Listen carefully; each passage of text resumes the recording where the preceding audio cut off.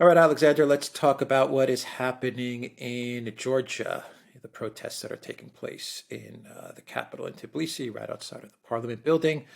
The protesters did manage to have the parliament withdraw the foreign agents draft bill, but the protesters are not stopping. They want more now, and some of them are even calling for the resignation of the government. They want elections, and some, actually a good amount of protesters, they're starting to chant stuff like taking Abkhazia back or taking South Ossetia back. Very dangerous rhetoric. Of course, all the protesters magically have EU flags and Ukraine flags because everyone knows that all the homes in Georgia have EU and Ukrainian flags. So, they just brought them from their house onto the streets. But anyway, I think we've seen this play out in many, many different countries. The comparison is being made to Maidan, but I think this is pretty much per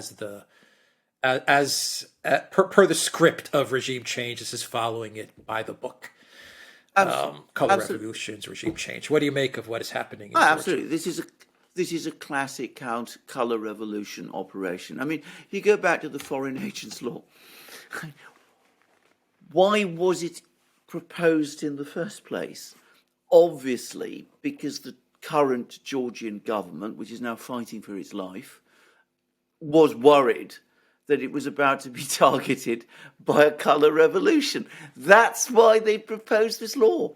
And what we see is that colour revolution is now happening in Tbilisi, and we see that the government is struggling to contain it and quite possibly will fall.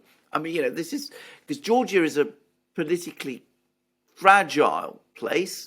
The governing party has won all the elections that it's fought, but there's always been this powerful community of people, especially in Tbilisi, who have virulently opposed to it, just as happened in Ukraine with, Yanukovych won every election, arguably, that he fought. Even the 2003 one, in my opinion, or 2004 one.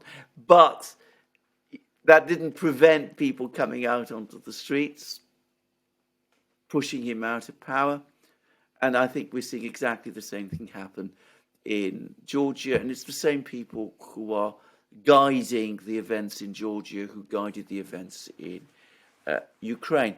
And of course, the objective is the same. It's in this instance, and it's important, the fact that they're talking about Abkhazia, marching on Abkhazia, on Sukhumi, is, of course, that the hope, expectation, desire is to create a second front against the Russians. Now, this is tiny Georgia. I believe its population is around 4 million people. It's going to take on Russia on behalf of Ukraine. It's going to recapture Sukhumi. I mean, this is egging on a small nation, to potential suicide. But we know that some people don't particularly worry about those things. Say they get their regime change. Say they get a government that the West is in control of. I mean, fully in control of, a puppet government. Do you think even a puppet government is crazy enough to start a conflict with Russia?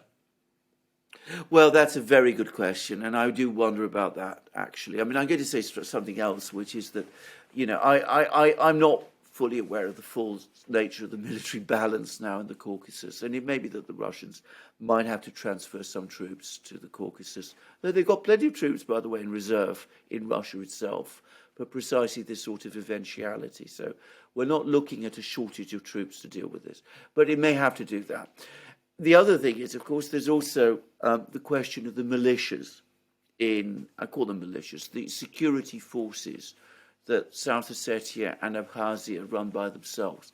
Now, South Ossetia is a very small place, but it can presumably draw on help from North Ossetia, which is within Russia. And, of course, Abkhazia is a bigger place, and the people there have a reputation for being good fighters. So, it might not be that straightforward to launch a second front. But, they might want to do it. There might be some people who are reckless enough to demand it.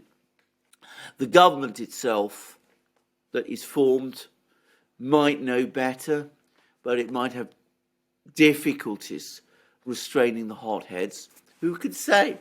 The other problem is that Georgia is economically more dependent on Russia now than it has ever been, apparently. I mean, I'm not, again, familiar with all the trade things, but to the extent to which there's been an economic revival in Georgia, it has largely been because since the overthrow of President Saakashvili all those years ago, the new government, the current Georgian government, reopened economic links with Russia. So if those closed down, we could very easily see an economic crisis in Georgia repeat itself again. So, a reckless policy. But people in Washington don't care about these things, and I can very easily imagine that the sort of people who are behind these events in Georgia, they might lean on any Georgian government that they install to open the second front, and it might be difficult for such a Georgian government to resist. I wonder what Russia is doing right now as they're seeing this color revolution take place, as it's unfolding. I wonder what they have going on behind the scenes as well to try and prevent this color revolution, or to prevent or to work for when after this color revolution succeeds, if it succeeds. I just wonder what they're doing right now in Georgia. I think they're doing both things. The first thing to say is I'm pretty sure that they, even though they don't have an embassy in Tbilisi, and Georgia, by the way, doesn't have an embassy in Moscow, I'm pretty sure that there are lines of communication between the Georgian government and the Russian government. And I'm sure that lots of people in Moscow are calling Tbilisi, trying to find out what's going on there. I think I think they will probably rule out direct intervention themselves in Georgia. That would be extremely difficult, a very hard sell internationally. And I think they also realize that if Russian troops enter Georgia, then the current government would become discredited. So I think that they will give whatever help they can, intelligence help, that kind of thing. But they have to rely on the present Georgian government to try and hold the line. And at the moment, it doesn't seem as if it's succeeding. So if it fails and collapses, I think you will see fairly quickly a Russian build-up in the Northern Caucasus, in the Caucasus as well, to counter whatever moves it might make, this Georgian government might make.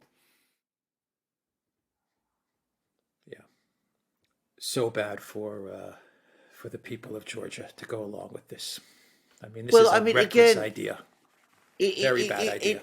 It's this attempt to constantly play these chess piece moves. And of course, what it does is, again, we've discussed this many times, it treats nations as pawns.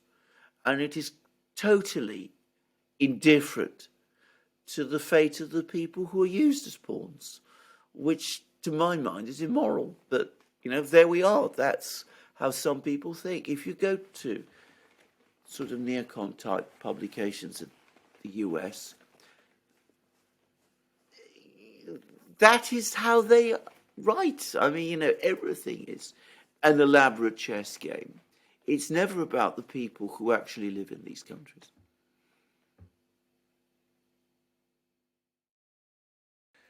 Okay, we will leave it there. The Duran.locals.com. We are on Rockfin as well, and we are also on Rumble. And go to the Duran shop, 10% off. Use the code. Good day.